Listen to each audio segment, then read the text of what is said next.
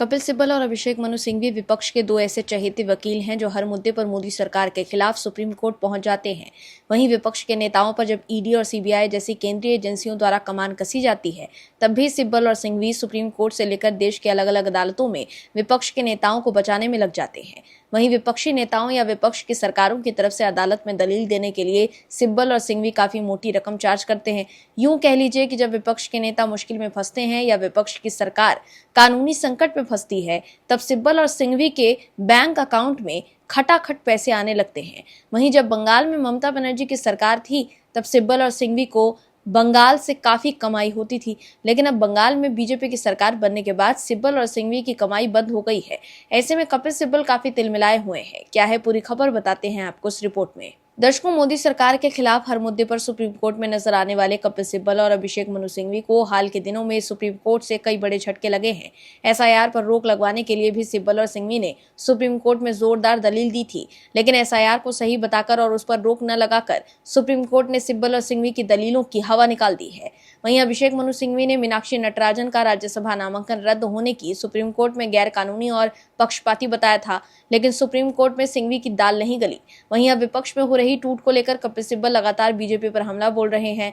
दरअसल पहले ममता बनर्जी की पार्टी टीएमसी के 20 सांसदों के nationalist citizen party of India में विलय को लेकर कपिल सिब्बल ने निशाना साधा था, और अब उद्धव ठाकरे की पार्टी में टूट पर कपिल सिब्बल की प्रतिक्रिया सामने आई है। अपने एक्स पोस्ट में सिब्बल ने मौजूदा सियासी स्थिति को लेकर सवाल खड़े किए हैं कि चुनाव क्यों हो। उन्होंने कहा कि अगर किसी पार्टी का सिंबल आपको संसद में भेजता है, तो आप कैसे दूसरे चुनाव चिन्ह पर पार्टी में शामिल हो सकते हैं। कपिल सिब्बल ने कहा कि आप उस चुनाव के सिंबल पर नहीं चुने गए हैं। संवैधानिक कानून का कोई भी सिद्धांत इसकी अनुमति नहीं दे सकता। अनैतिक, गैर कानूनी, असंवैधानिक है। अब मामला कोर्ट के हवाले। कपिल सिब्बल ने एक्स पर लिखा कि चुनाव क्यों, अगर किसी पार्टी के चुनाव चिन्ह पर आप संसद में पहुंचते हैं, तो आप कैसे दूसरी पार्टी में जा सकते हैं जिसका चुनाव चिन्ह अलग है। आप उस चिन्ह पर तो नहीं चुने गए थे। संवैधानिक कानून का कोई भी सिद्धांत इसकी इजाजत नहीं देता। अनैतिक, गैर कानूनी, असंवैधानिक। अब मामला कोर्ट में। दरअसल उद्धव ठाकरे गुट के 6 सांसद शिंदे गुट के साथ चले गए हैं। लोकसभा में उद्धव की पार्टी शिवसेना यूबीटी के पास कुल 9 सांसद हैं। अब 6 सांसद के जाने से उनके पास 3 ही सांसद बच गए हैं।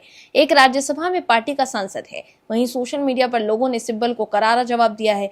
एक यूजर ने लिखा कि आपका केस हारने का इतिहास रहा है, कृपया इसे भी हाथ में लें।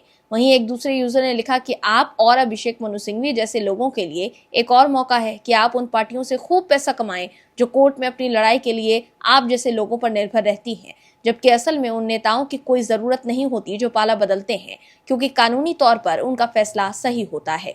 वहीं सिब्बल को जवाब देते हुए एक यूजर ने लिखा कि कांग्रेस ने अभी अभी डीएमके के नाम पर चुनाव लड़ा और अब टीवीके के साथ जुड़ गई। सर, बस 1 महीने पहले आपने भी तो यही किया था। उस चुनाव चिन्ह का क्या हुआ जिसका आपने इस्तेमाल किया था? आप किसी दूसरे चुनाव चिन्ह वाली दूसरी पार्टी में कैसे शामिल हो सकते हैं? यह अनैतिक और असंवैधानिक है।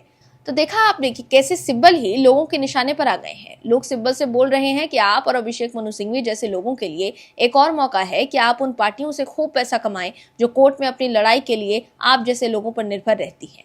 इससे पहले कपिल सिब्बल ने एक्स पर पोस्ट करते हुए लिखा था कि टीएमसी के बाकी नेशनलिस्ट सिटीजन पार्टी में विलय करेंगे। भारतीय लोकतंत्र बेतुकेपन का तमाशा बन गया है, एक मजाक। दर्शकों, ममता बनर्जी ने आर्जिकर केस में खुद को बचाने के लिए कपिल सिब्बल को 1 करोड़ 30 लाख से ज्यादा की फीस दे दी थी। वहीं पिछले साल 2025 में अमिताभ चौधरी की ओर से दायर आरटीआई के जवाब की विशेष जानकारी सामने आई थी, जिसमें खुलासा हुआ था कि उस वक्त बंगाल की पिछली सरकार ने अपने नेताओं और नौकरशाहों को विवादों से बचाने के लिए अपार पैसा खर्च किया है।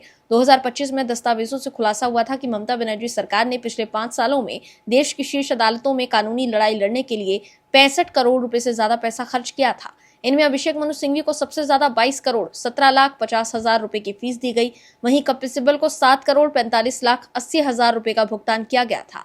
दर्शकों, ममता बनर्जी की सरकार के दौरान सिब्बल और सिंघवी ने बंगाल से खूब कमाई की थी, लेकिन अब बंगाल में बीजेपी की सरकार बनने के बाद उनकी कमाई बंद हो गई है। यही वजह है कि अब विपक्ष की पार्टियों में हो रही टूट से सिब्बल तिलमिला गए हैं।